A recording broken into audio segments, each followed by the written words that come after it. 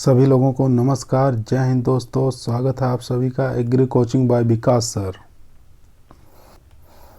अगर आप लोग ICAR, JRF, SRF, ARS, net, pre, PG, IBPS, FO, AO, AAO agriculture supervisor और B.Ed entrance agriculture, other agriculture competitive exam की तैयारी कर रहे हैं तो इस वीडियो को ज़रूर देखिए। आज का जो वीडियो है हमारा 25 क्वेश्चनों पर है। एग्रीकल्चर के जो मोस्ट और इम्पोर्टेंट क्वेश्चन है जो हर एग्ज़ामों में पूछे गए हैं और बार बार हर एग्ज़ामों में रिपीट होते हैं, उस पर हम लोग आज डिस्कशन करेंगे। तो आज का जो वीडियो है ज़रूर आप लोग देखिए। चलिए स्टार्ट करते हैं अपने फर्स्ट क्वेश्चन से। पहला क्वेश्चन हमारा, ग्वार का बीज दर कितना होता है। ग्वार का बीज दर कितना होता है। ग्वार को क्वांच भी कहते हैं, यानी कि इसका सीड रेट पूछ रहा है। सीड रेट कितना होता है। ए ऑप्शन में है 10 से 15 किलोग्राम, 10 से 15 किलोग्राम, 15 से 20 किलोग्राम, 40 से 50 किलोग्राम, 60 से 70 किलोग्राम। तो इसमें जो ऑप्शन है हमारा 15 से 20 किलोग्राम, यानी कि बी वाला एकदम सही है, क्योंकि 15 से 20 किलोग्राम। इसके अलावा और भी कुछ वैरायटियां हैं जिसमें आप याद रखेंगे, जैसे मूंग है, उड़द है, धनिया है और संकुल मक्का है। संकुल मक्का यानी कि हाइब्रिड मेज जो होती है उसमें भी 15 से 20 किलोग्राम ही ये इसका सीड पड़ता है। कौन कौन से याद रखेंगे, ग्वार, मूंग, उड़द और धनिया। ग्वार यहाँ पर दे रखा है, इसलिए 15 से 20 किलोग्राम किसके इसमें, ग्वार में, मूंग में, उड़द में, धनिया में, संकुल मक्का में। इसका सीड रेट कितना होगा, 15 से 20 किलोग्राम हो जाएगा। अब बात करें 10 से 15 किलोग्राम, यानी कि 10 से 15 किलोग्राम कौन से किसका बीज दर है, यानी अरहर का और जीरा का। अरहर और जीरा, इसका सीड रेट कितना हो जाएगा, 10 से 15 किलोग्राम हो जाएगा। यानी कि जीरा 12 से 15 लेते हैं, लेकिन अरहर को 10 से 15 किलोग्राम बीज प्रति हेक्टेयर काम में लिया जाता है। अब बात करें 40 से 50 किलोग्राम, यानी कि 40 से 50 किलोग्राम कौन से खाद्यान्न वाली फसलों में इसका सीड लगेगा। तो जो ग्वार है, यहाँ पे देखिए ग्वार बीज दर हेतु पूछ रहा है, और यहाँ पे 40 से 50 किलोग्राम जो चारे लगाएंगे, चारा जो पशुओं को खिलाने के लिए, तो उसमें हमारा जो सीड लगेगा 40 से 50 किलोग्राम प्रति हेक्टेयर की दर से लगेगा। कितना लगेगा, चारे वाली अगर हम ग्वार की फली लगा रहे हैं तो उसमें सीड रेट हो जाएगा 40 से 50 किलोग्राम प्रति हेक्टेयर हो जाएगा। क्वेश्चन नंबर 2, यानी कि धनिया की किस्म बताना है। क्वेश्चन नंबर 2 में क्या बताना है, धनिया की किस्म कौन सी है। निम्नलिखित में से धनिया की किस्म कौन सी है, तो पंत हरितमा, राजेंद्र क्रांति, RZ19, पूसा सदाबहार। चारों में से बताना धनिया की कौन सी किस्म है। तो धनिया की इसमें से किस्म जो है पंत हरितमा। पंत हरितमा किस्म है। पंत हरितमा जो है धनिया की किस्म है। धनिया का वैज्ञानिक नाम क्या होता है, कोरिएंड्रम सेटाइवम। धनिया का वैज्ञानिक नाम क्या होता है, कोरिएंड्रम सेटाइवम होता है। बात करें राजेंद्र क्रांति। राजेंद्र क्रांति जो बी नंबर में है, राजेंद्र क्रांति, ये किसकी किस्म है, यानी कि ये मेथी की किस्म होती है। मेथी की किस्म कौन सी है, राजेंद्र क्रांति पूछेगा तो किसकी किस्म है, मेथी की किस्म है। और RZ19 किसकी किस्म है, जीरा की किस्म है। और पूसा सदाबहार, पूसा सदाबहार 3 किस्मों का है, मतलब ये मिर्च में भी है पूसा सदाबहार, और ग्वार की फली में भी, जो सब्जी बनाने वाली ग्वार की फली आती है उसकी भी किस्म है पूसा सदाबहार, और टमाटर की भी किस्म पूसा सदाबहार होती है। यानी 3 चीज़ों की किस्में जो पूसा सदाबहार के नाम से आती हैं। कौन कौन सी, मिर्च हो गई, ग्वार फली जो कि सब्जी बनाने वाली, ना कि चारे वाली, और तीसरी है टमाटर। इन तीनों की किस्म आती है पूसा सदाबहार। और RZ19 जो है ये जीरा की किस्म है, और राजेंद्र क्रांति मेथी की है। ये क्रांति करके आती है। क्रांति किस्म किसकी होती है, सिर्फ क्रांति किस्म होती है सरसों की। खाली अगर क्रांति लिखा रहेगा, क्रांति खाली लिखा रहेगा तो वो किस्म हो जाएगी हमारी सरसों की। चलिए तीसरा, क्वेश्चन नंबर 3, अधिकीलन यानी कि पैगिंग किससे संबंधित है। पैगिंग को क्या कहते हैं, अधिकीलन कहते हैं, इंग्लिश में इसको पैगिंग कहते हैं। यानी कि ये बताना है किससे संबंधित है। पैगिंग जैसा कि आप लोग जानते हैं कि किससे संबंधित है, मूंगफली से संबंधित है। कपास से होगा नहीं, तंबाकू से होगा नहीं, गन्ना से होगा नहीं। ये पैगिंग जो है क्रिया, ये तंबाकू से इसमें मूंगफली से संबंधित है। एक चीज़ और यहाँ पर ध्यान देंगे कि मूंगफली को तिलहनी फसलों का सम्राट कहा जाता है। मूंगफली को क्या कहते हैं? तिलहनी फसलों का सम्राट कहा जाता है। और एक चीज़ और इसको कहा जाता है गरीबों का बादाम भी कहते हैं। गरीबों का बादाम किसको कहते हैं? मूंगफली को कहते हैं। और तिलहनी फसलों का सम्राट किसको कहते हैं? मूंगफली को कहा जाता है। और कपास के अंदर कौन सी क्रिया करते हैं? कपास के अंदर गिनिंग की क्रिया करते हैं। कपास के अंदर कौन सी क्रिया करते हैं? गिनिंग की क्रिया करते हैं। और तंबाकू के अंदर कौन सी क्रिया करते हैं? तंबाकू के अंदर डिस्करिंग और क्यूरिंग, दो क्रियाएं इसमें आमतौर पर की जाती। कौन कौन सी? एक करते हैं डिस्करिंग और दूसरा क्यूरिंग किया जाता है। अब बात करें गन्ने में। गन्ने में कौन कौन सी क्रियाएं करते हैं? प्रोपिंग और रेटुनिंग। गन्ने के अंदर दो क्रियाएं मुख्य रूप से की जाती है। एक प्रोपिंग की जाती है, एक रेटुनिंग की क्रिया किसके अंदर की जाती है? गन्ने में की जाती है। ये चीज़ ध्यान रखेंगे। क्वेश्चन नंबर 4, मक्का की फसल का प्रमुख कीट है, यानी कि मेज जो क्रॉप है इसका प्रमुख कीट बताना है। कौन सा कीट इसका प्रमुख कीट माना जाता है? गार्डन बीटल, कातरा, दीमक या तना छेदक। इन चारों में से बताना है। गार्डन बीटल है कि कातरा है कि दीमक है कि तना छेदक है? चारों में से कौन सा सही है? बताइए जल्दी से। इसका आंसर सही हो जाएगा, क्या है ये? तना छेदक है, यानी कि डी वाला आंसर इसका सही हो जाएगा। इसको स्टेम बोरर कहते हैं। इंग्लिश में क्या कहते हैं? तना छेदक को स्टेम बोरर कहते हैं। तना छेदक का नियंत्रण कैसे करते हैं? ट्राइकोग्रामा द्वारा किया जाता है। ट्राइकोग्रामा जो होता है क्या चीज़ होता है? ट्राइकोग्रामा जो होता है अंड परजीवी होता है। ठीक है, ट्राइकोग्रामा क्या होता है? कभी कभी क्वेश्चनों में पूछा है, बार बार पूछा है। ट्राइकोग्रामा क्या है? अंड परजीवी है। उसके बाद दूसरा एक और नियंत्रण कर सकते हैं, एक और दूसरा नियंत्रण करते हैं कार्बोफ्यूरॉन का या फोरेट का। इसका छिड़काव करते हैं, शीर्ष भागों पर स्प्रे करते हैं, जिससे तना छेदक को नष्ट किया जा सकता है या स्टेम बोरर को नष्ट किया जा सकता है। अब बात करते हैं दीमक, यानी कि दीमक जो है सी नंबर पे दीमक लिखा हुआ है। दीमक किसका प्रमुख कीट है? तो ये जो सेलुलोज वाली क्रॉप होती हैं, जितनी भी रेशे वाली फसलें होती हैं, उनको ज़्यादातर क्षति पहुंचाता है। यानी कि ये जड़ भाग को सबसे ज़्यादा क्षति पहुंचाता है। जड़ वाले भाग को कौन सबसे ज़्यादा क्षति पहुंचाता है? दीमक पहुंचाता है। ये अंडे देने वाली मशीन भी कहते हैं, इसको अंडे देने वाली मशीन भी कहते हैं, क्योंकि ये सबसे अधिक अंडे देती है, लगातार अंडे देती रहती है। और इसको सामाजिक कीट भी कहा जाता है। दीमक को क्या कहते हैं? ये याद रखेंगे, सामाजिक कीट कहा जाता है, अंडे देने वाली मशीन भी कहा जाता है। और जड़ वाले भाग को सबसे ज़्यादा नुकसान पहुँचाता है, यानी कि सेलुलोज वाली जो क्रापें होती हैं उनको सबसे ज़्यादा नुकसान पहुँचाता है। कौन? दीमक।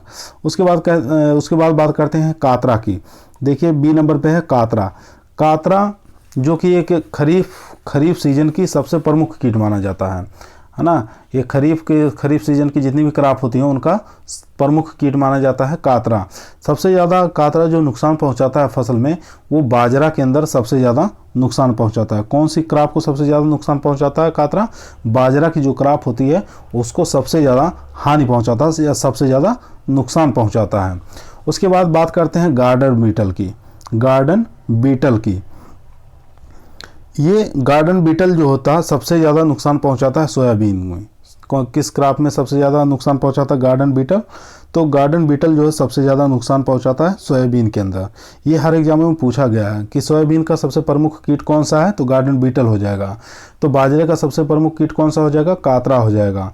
तो जड़ वाली फसलों को सबसे ज़्यादा नुकसान पहुँचाता है, तो ये जड़ वाली जितनी भी फसलों को नुकसान पहुंचाता है, दीमक सबसे ज़्यादा नुकसान पहुंचाएगा। और तना छेदक जो होता है, ये स्टेम बोरर, ये मुख्य कीट है किसका? मक्के का। मक्के क्रॉप का सबसे मुख्य कीट माना गया है। क्वेश्चन नंबर 5 की बात करें। देसी कपास की बीज दर होती है। देसी कपास की बीज दर कितनी होती है? 12 से 15 किलोग्राम, 15 से 17 किलोग्राम, 20 से 25 किलोग्राम या 2 से 3 किलोग्राम। इन चारों ऑप्शन में से देखकर बताना है कि मतलब देसी कपास की बीज दर होती है। तो हम यहाँ आपको बता दें, देसी कपास की बीज दर जो होती है 12 से लेकर 15 किलोग्राम प्रति हेक्टेयर होती है। कितनी होती है भाई साहब? देसी कपास की बीज दर 12 से लेकर 15 किलोग्राम प्रति हेक्टेयर होती है। ठीक है, और 12 से 15 किलोग्राम प्रति हेक्टेयर और दो क्रॉपों को आप जोड़ लीजिए, एक जीरा और अरहर। अभी ऊपर हम बताए थे कि 10 से लेकर 15 किलोग्राम जीरा और अरहर की बीज दर होती है, तो यहाँ पे 12 से लेकर 15 किलोग्राम और किसका होगा, जीरा और अरहर का बीज दर कितना हो जाएगा, 12 से लेकर 15 किलोग्राम। और वहीं पर देसी कपास का बीज दर भी कितना हो जाएगा, 12 से लेकर 15 किलोग्राम हो जाएगा। और बात करते हैं 15 से 17 किलोग्राम की। 15 से 17 किलोग्राम जो सीड लगेगा कौन से क्रॉप में लगेगा, तो अमेरिकन जो कपास होती है उसके अंदर सीड लगेगा, अमेरिकन कपास के अंदर 15 से लेकर 17 किलोग्राम प्रति हेक्टेयर। अब बात करिए, चलिए 20 से 25 किलोग्राम किस में लगेगा, यानी कि 20 से 25 किलोग्राम प्रति हेक्टेयर की दर से बीज लगेगा अमेरिकन कपास की किस्म जो होती है REST9। कौन सी किस्म, REST9, ये किस्म है, कौन सी किस्म है, अमेरिकन कपास की किस्म है REST9। यानी कि सबसे अधिक बीज चाहने वाली जो कपास की है वो कौन सी किस्म है, REST9 है, अमेरिकन कपास है। इसकी बीज दर कितनी होगी, 20 से लेके 25 किलोग्राम प्रति हेक्टेयर होगी। अब बात करें जो रिजका होता है, यानी कि चारे वाली क्रॉप है रिजका, जो छिटकवा विधि से बोते हैं, तो उसमें भी 20 से 25 किलोग्राम बीज ही लगेगा। और संकर मक्का की बात करें, जो संकर मक्का हाइब्रिड मक्का जो होता है या मेज होता है, हाइब्रिड मेज जो होता है, उसमें भी 20 से 25 किलोग्राम ही सीड लगेगा। हाइब्रिड मेज में भी 20 से 25 किलोग्राम। अब याद कैसे रखना, अमेरिकन कपास REST9 होती है, उसके अंदर भी 20 से 25 किलोग्राम बीज लगेगा प्रति हेक्टेयर। रिजका जो छिड़काव विधि से बोएंगे उसमें भी 20 से 25 किलोग्राम लगेगा। और संकर जो मक्का होती है उसके अंदर भी 20 से 25 किलोग्राम सीड लगेगा। अब बात करते हैं 2 से 3 किलोग्राम की। 2 से 3 किलोग्राम प्रति हेक्टेयर कौन सी क्रॉप का इसमें लगेगा, 2 से 3 किलोग्राम प्रति हेक्टेयर, यानी कि संकर जो कपास होती है, कौन सी, संकर कपास, हाइब्रिड कॉटन जो होती है, उसका बीज दर 2 से 3 किलोग्राम प्रति हेक्टेयर लगेगा। अब बात करें, एक होती BT कॉटन। BT कॉटन में भैया कितना बीज लगेगा, 1 से लेकर 1.5 किलोग्राम बीज प्रति हेक्टेयर लगेगा। सबसे कम बीज जो होता है कपास में किस में लगता है, 1 से लेकर 1.5 किलोग्राम BT कॉटन में। संकर कपास में कितना लगेगा, 2 से 3 किलोग्राम लगेगा। अमेरिकन कपास जो कि REST9 किस्म है उसमें 20 से 25 किलोग्राम सबसे अधिक बीज लगने वाली किस्म है। कौन सी, REST9। और अमेरिकन कपास की बात करें तो 15 से 17 किलोग्राम बीज लगेगा। और देसी कपास में 12 से लेके 15 किलोग्राम लगेगा। तो देसी कपास के यहाँ पर पूछा है देसी कपास की बीज दर कितनी होगी, तो 12 से लेके 15 किलोग्राम प्रति हेक्टेयर लगेगा, यानी कि ए वाला ऑप्शन हमारा सही है। चलिए क्वेश्चन नंबर 6 पर चलते हैं। क्यूमिनॉल पाया जाता है, क्यूमिनॉल किस में पाया जाता है, मेथी में पाया जाता है, धनिया में पाया जाता है, सौंफ में पाया जाता है या जीरे में पाया जाता है। आपको बताना है कि क्यूमिनॉल जो होता है ये किस में पाया जाता है। क्यूमिनॉल पाया जाता है मेथी, धनिया, सौंफ, जीरा, यानी कि इसमें से बताना है किस में पाया जाता है क्यूमिनॉल। चलिए क्यूमिनॉल पाया जाता है किसके अंदर पाया जाता है, जीरे में पाया जाता है। इसको क्यूमिनॉल कह सकते हैं या क्यूमिन एल्डिहाइड कहा जाता है। क्या कहते हैं, क्यूमिनॉल कह सकते हैं या क्यूमिनिल एल्डिहाइड कहा जा सकता है। सौंफ के अंदर क्या पाया जाता है भाई, सौंफ के अंदर क्या पाया जाता है, इसको देख लेते हैं। सौंफ के अंदर एनीथोन पाया जाता है। क्या पाया जाता है सौंफ के अंदर, एनीथोन पाया जाता है या फेक्रॉन कहते हैं, दोनों में से एक आएगा। सौंफ में क्या पाया जाता है, एनीथोन या फेक्रॉन कहा जाता है। धनिया के अंदर क्या पाया जाता है, कॉन्ड्रियोन लिनोलिन पाया जाता है, कॉन्ड्रियोन लिनोलिन पाया जाता है। अब मेथी के अंदर क्या पाया जाता है, मेथी के अंदर ओलियोरेंजिन पाया जाता है। क्या पाया जाता है भाई, मेथी के अंदर ओलियोरेंजिन पाया जाता है। अब ये ध्यान रखेंगे, जीरा में पाया जाता है क्यूमिन एल्डिहाइड पाया जाता है, सौंफ में एथिनॉल पाया जाता है या फ्रेकॉन पाया जाता है, मेथी के अंदर ओलियोरेंजिन पाया जाता है। अब जितनी भी क्रॉपें देख रहे हैं, मेथी, धनिया, सौंफ और जीरा, ये जो चारों क्रॉप हैं ये कौन से ऋतु, कौन से सीजन की क्रॉप हैं, यानी कि ये चारों रबी की क्रॉप हैं। चारों जो हैं कौन से सीजन के, रबी की क्रॉप है। मेथी, धनिया, सौंफ, जीरा, ये चारों रबी की क्रॉप हैं। और ये चारों जो हैं ये मसाले वाली हैं, बीजीय मसाले कह सकते हैं, सीड वाले जो मसाले हैं, चारों जो क्रॉपों से सीड वाले मसाले वाली क्रॉप हैं। और इसमें से एक और चीज़ ध्यान देना कि ये जो कौन कौन सी, धनिया, सौंफ और जीरा, ये धनिया, सौंफ, जीरा, ये इसकी फैमिली हो जाएगी अम्बेलिफेरी। अम्बेलिफेरी का दूसरा नाम है एपियेसी। धनिया, सौंफ, जीरा, ये तीनों की फैमिली हो जाएगी अम्बेलिफेरी या एपियेसी कह सकते हैं। और इसकी मेथी की फैमिली अलग हो जाएगी, मेथी की फैमिली फेबियेसी हो जाएगी। कौन सी हो जाएगी? मेथी की फैमिली फेबियेसी हो जाएगी। चलिए क्वेश्चन नंबर 7 पर चलते हैं हम। क्षेत्र क्षमता पर जल की उपलब्धता होती है, क्षेत्र क्षमता पर जल की उपलब्धता होती है। आपको बताना है कि 0% होता है, 50% होता है, 75% होता है, यानी कि 100% होता है। चारों में से आप बताइए क्या होता है? 0%, 50%, 75%, 100%। क्षेत्र क्षमता पर जल की उपलब्धता होती है, इसका आंसर हो जाएगा 100%। ठीक है। क्वेश्चन नंबर 8, बाजरे में कौन सी जीन पाई जाती है? आपको बताना है बाजरे के अंदर कौन सी जीन पाई जाती है। टिफ्ट 23A पाया जाता है, काफीर पाया जाता है, नोरिन 10 पाया जाता है, UZU पाया जाता है। अब चारों में से बताना है कौन सा आंसर सही है, यानी कि बाजरे में कौन सी जीन पाई जाती है। टिफ्ट 23A, काफीर, नोरिन 10, UZU। ठीक है, ये चारों में से बताना है कौन सा सही है, बाजरे के अंदर कौन सी जीन पाई जाती है। तो इसका आंसर हो जाएगा ए वाला, यानी कि टिफ्ट 23A, ये बाजरे का जीन है। ठीक है। काफीर किसका जीन है? ये काफिर जो लिखा है बी वाला, ये किस क्रॉप का जीन है? तो ये ज्वार का हो जाएगा। ज्वार में कौन सी जीन पाई जाती है? काफिर नामक जीन पाई जाती है। और नोरिन 10 आप जानते हैं किस फसल का जीन है? गेहूं का जीन है। नोरिन 10 किसका है? गेहूं का जीन है। अब बात करें UZU, यानी कि डी वाला जो है, ये कौन से क्रॉप में का जीन है? यानी कि UZU जो है जौ का जीन है। किसका? जौ का जीन है। बात करें DG यून एक आता है, DG यून, ये किसका जीन होता है? ये धान का जीन होता है। अब क्वेश्चन नंबर 9, धान में टिप बर्न रोग किस पोषक तत्व की कमी के कारण होता है? आपको बताना धान में जो टिप बर्न रोग लगता है, कौन से पोषक तत्व की कमी के कारण ये हो जाता है? जिंक की कमी के कारण, पोटेशियम की कमी के कारण, ऑक्सीजन की कमी के कारण, सल्फर की कमी के कारण। ठीक है। चारों में से आपको बताना है किसकी कमी के कारण यह रोग हो जाता है। तो इसका आंसर हो जाएगा आपका सी वाला, यानी कि ऑक्सीजन की कमी के कारण टिप बर्न रोग हो जाता है। किसके अंदर? धान के अंदर। उसके बाद क्वेश्चन नंबर 10, तिलहनी फसलों का सम्राट किसे कहा जाता है? बहुत इजी, बहुत अच्छा क्वेश्चन है। तिलहनी फसलों का सम्राट किसे कहा जाता है? तिलहनी फसलों का सम्राट किसे कहा जाता है? तो इसमें बताना है सरसों, मूंगफली, सोयाबीन, तिल। तिलहनी फसलों का सम्राट किसे कहते हैं? तिलहनी फसलों का सम्राट अभी वो भी बताए थे, तिलहनी फसलों का सम्राट जो है मूंगफली को कहा जाता है। किसको कहा जाता है? मूंगफली को कहा जाता है।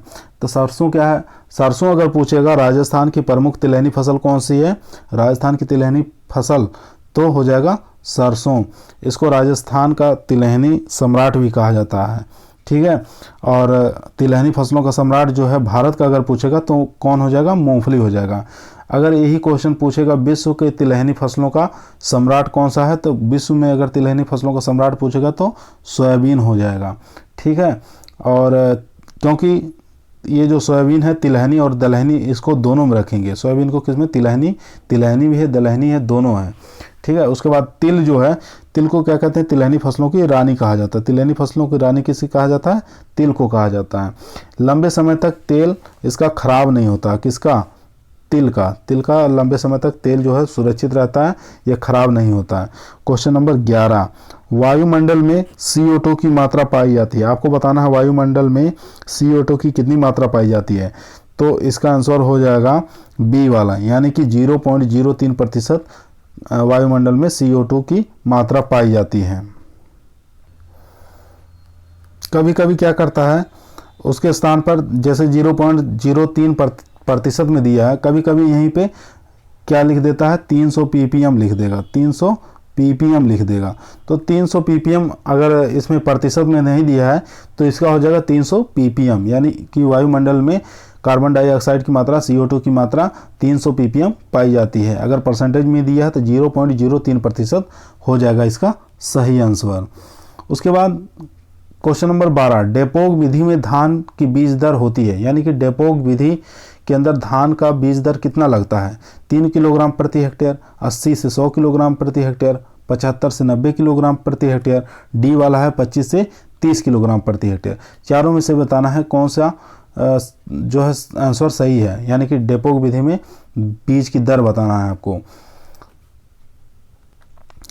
डेपोक विधि में जो सीड रेट लगेगा हमारा 75 से लेकर 90 किलोग्राम लगेगा। कितना लगेगा?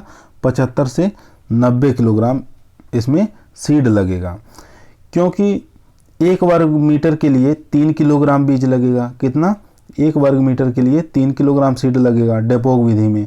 और हमको आवश्यकता होती है 1 हेक्टेयर नर्सरी के लिए 25 से लेकर 30 वर्ग मीटर, यानी कि अगर 1 हेक्टेयर आपको खेत लगाना है, धान लगाना है, तो 25 से 30 वर्ग मीटर की आवश्यकता होती है नर्सरी लगाने के लिए।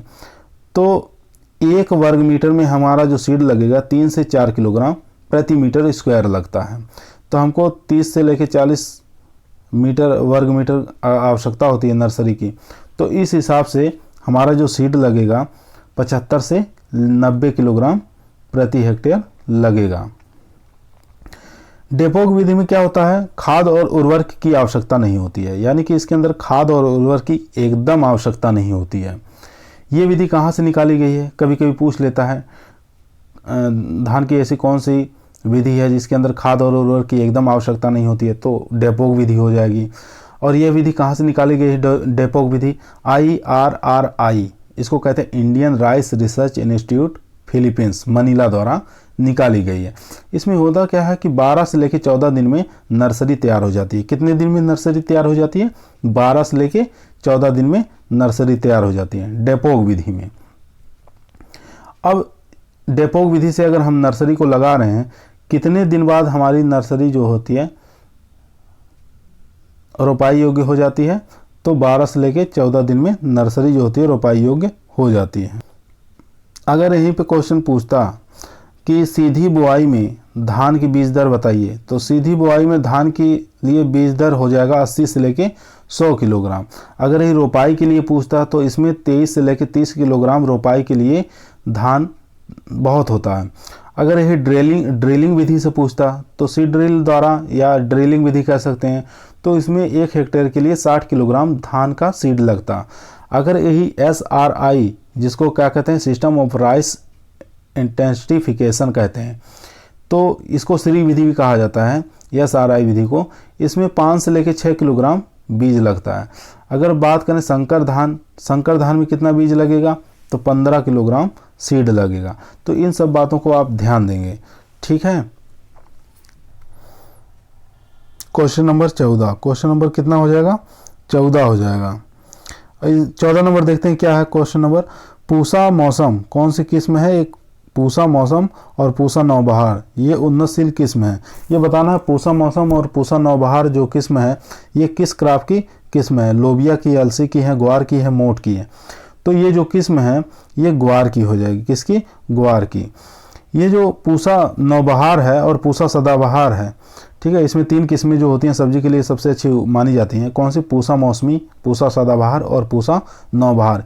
ये तीनों जो किस्में होती हैं सब्जी के लिए सबसे अच्छी मानी जाती हैं। और एक आती है ग्वार फली की किस्म RGC 936, ये सबसे कम समय में तैयार होने वाली दाने वाली किस्म है, ठीक है, ये सब्जी वाली किस्म नहीं है। RGC 936 ये दाने वाली किस्म है, लेकिन सबसे कम समय में तैयार होने वाली किस्म माना गया। कभी कभी एग्जाम में पूछा है सबसे कम समय में तैयार होने वाली ग्वार की कौन सी किस्म है, तो RGC 936 ये किस्म सबसे कम समय में तैयार होती है।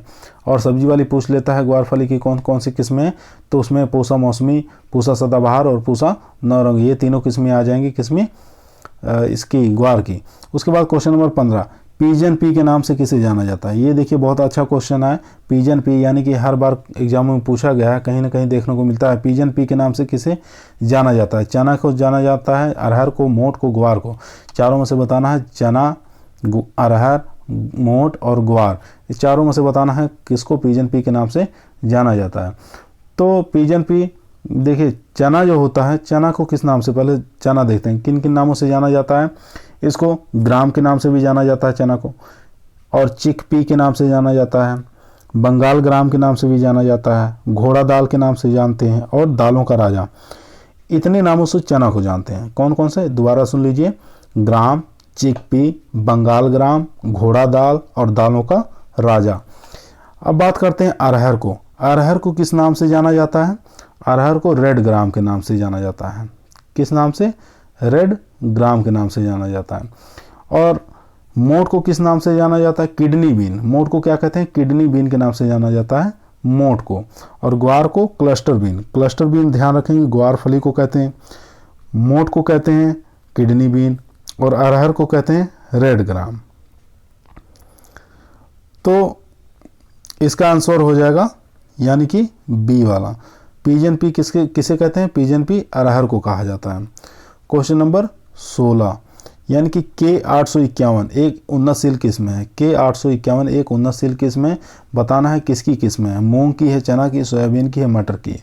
तो इसका आंसर हो जाएगा ए वाला सही, यानी कि K851 उन्नतशील जो किस्म है ये किसकी है? मूंग की है, ना कि चने की है। अगर यहीं पर K850 देता, कितना? K850, अगर K850 यहाँ पे दे देता तो वो किस्म हो जाती चने की, ना कि मूंग की होगी। तो इसमें कन्फ्यूज मत होना। K851 जो है ये मूंग की उन्नतशील किस्म है, K850 जो है ये चने की हो जाती उन्नतशील किस्म।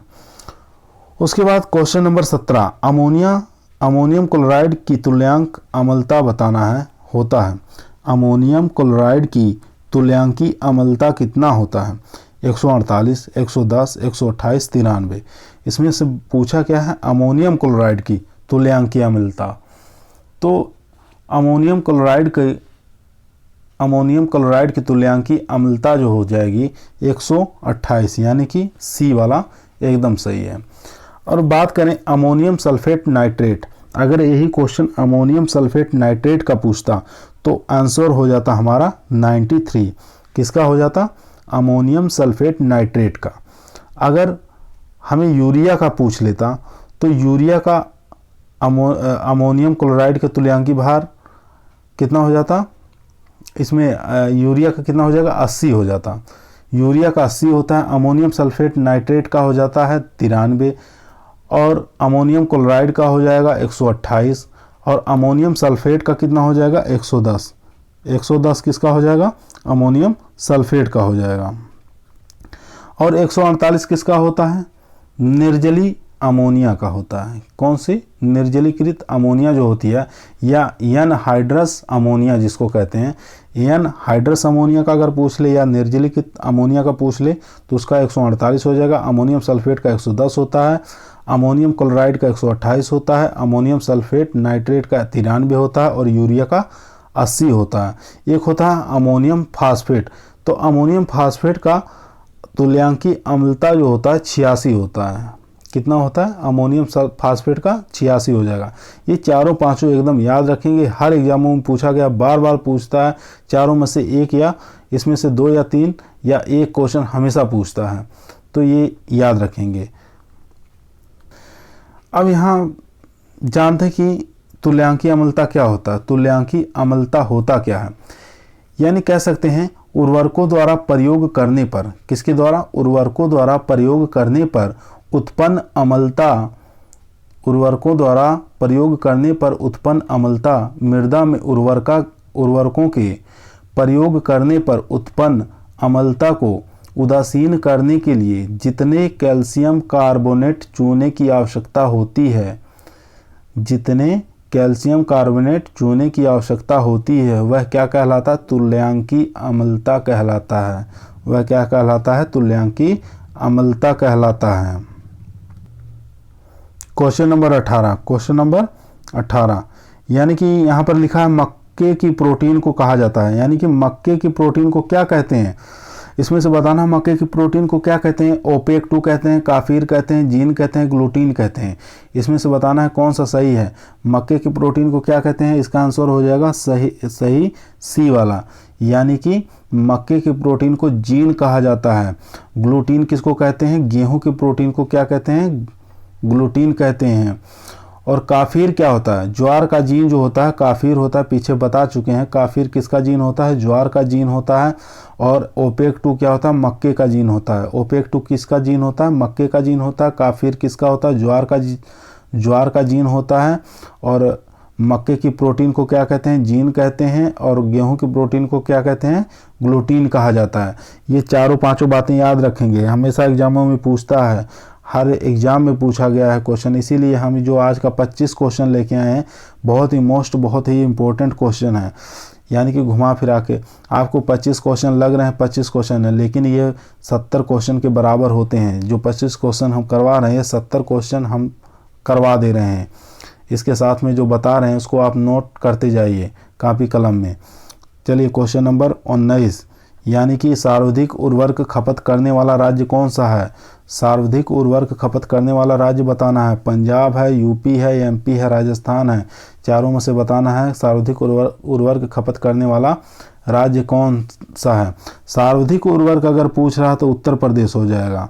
ठीक है, सर्वाधिक उर्वरक खपत करने वाला राज्य अगर पूछ रहा है तो उत्तर प्रदेश हो जाएगा।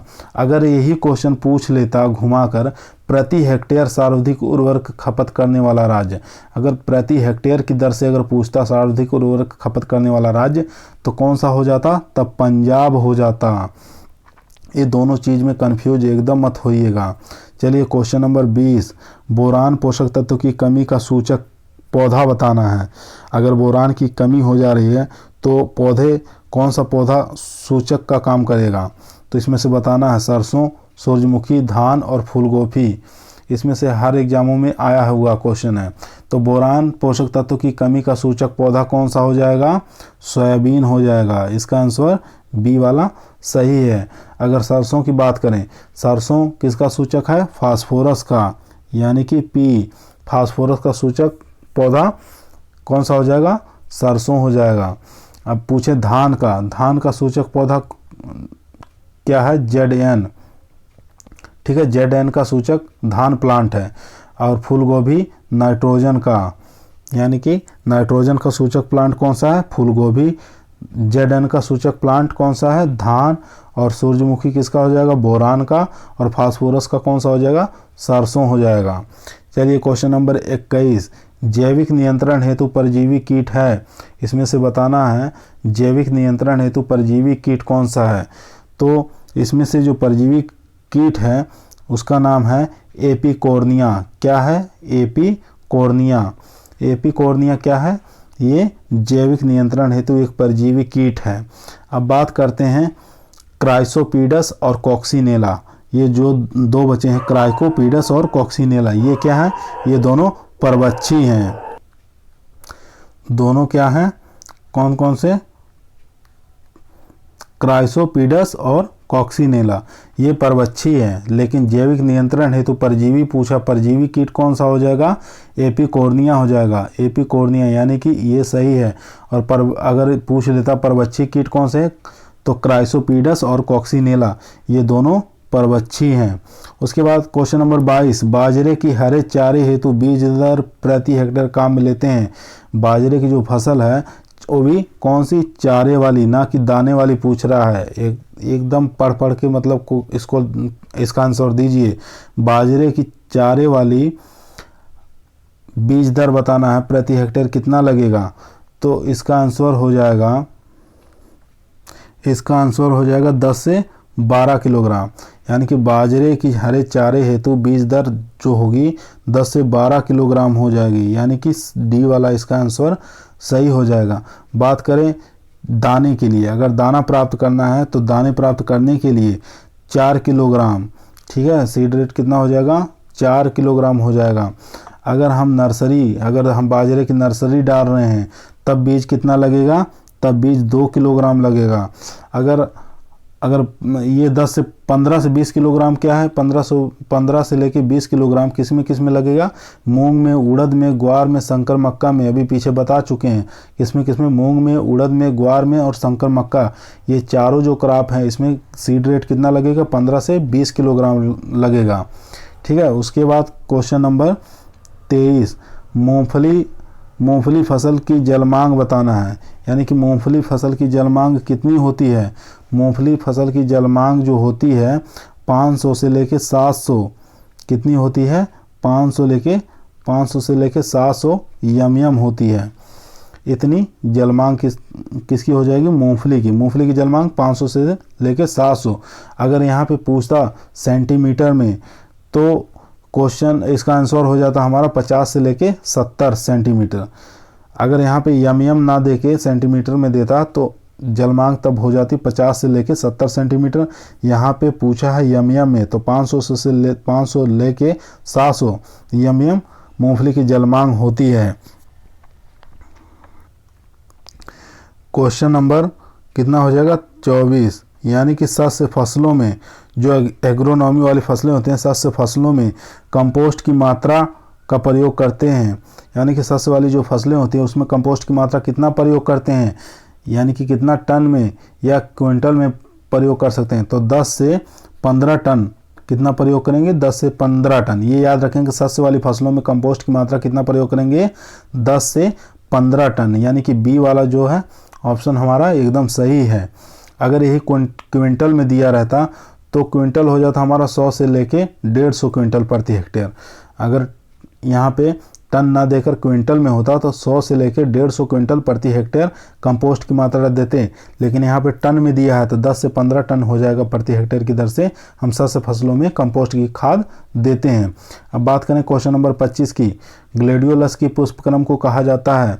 ग्लेडियोलस जो कि एक फ्लावर है ना, पुष्प उत्पादन के लिए इसकी खेती की जाती है। तो इसका पुष्पक्रम का प्रकार बताना है, स्पाइक है, अम्बेल है, रेसीम है या ट्रस है। तो इसमें से बताना है चारों में से कौन सा सही है। तो इसका चारों में से सही जो होगा आंसर वो स्पाइक हो जाएगा। यानी कि ग्लेडियोलस का पुष्पक्रम का प्रकार क्या हो जाएगा, स्पाइक हो जाएगा। अब बात करते हैं अम्बेल के बारे में। अम्बेल यानी कि जितनी भी छत्ते वाली क्रॉप होती हैं, चाहे वो गाजर हो, चाहे धनिया हो, चाहे जीरा हो, चाहे सौंफ हो, चाहे प्याज, चाहे लहसुन, ये सब जितनी भी क्रॉप होती हैं जिनके फ्लावर्स जो होते हैं छत्ते के रूप में होते हैं।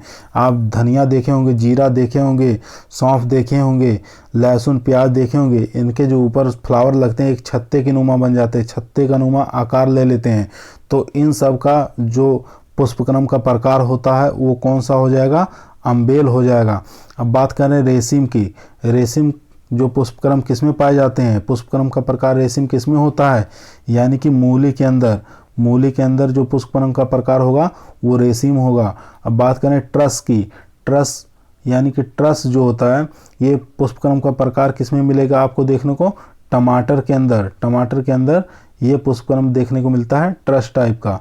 रेशम हो गया मूली और अम्बेल हो गया। अम्बेल प्रकार के पुष्पक्रम किस में पाया जाता है, गाजर, धनिया, जीरा, सौंफ, प्याज, लहसुन के अंदर पाया जाता है। और स्पाइक जो होता है, ग्लेडियोलस जो फ्लावर है, इसका जो पुष्पक्रम का प्रकार होता है वो स्पाइक्स होता है। आज के जो हमारे 25 क्वेश्चन थे यहीं पे समाप्त होता है। अगर आपको आज का ये 25 क्वेश्चन अच्छे लगे हों तो आप इस चैनल को सब्सक्राइब, लाइक और शेयर ज़रूर करिए, क्योंकि आज के जो 25 क्वेश्चन थे ये काफ़ी इम्पोर्टेंट क्वेश्चन थे जो हर एग्ज़ामों में बार बार रिपीट होकर आते हैं, काफ़ी बार पूछा गया है, हर एग्ज़ामों में देखने को मिलता है। इससे संबंधित जितने भी क्वेश्चन बनते हैं या बनने चाहिए उन क्वेश्चनों को हम आज डिस्कस किए। 25 क्वेश्चन के अलावा हम 70 क्वेश्चन लगभग इससे बताए हैं, इससे रिलेटिव। तो आप लोग इस चैनल पर अगर नए आए हैं तो इस चैनल को लाइक, सब्सक्राइब और शेयर ज़रूर करिए।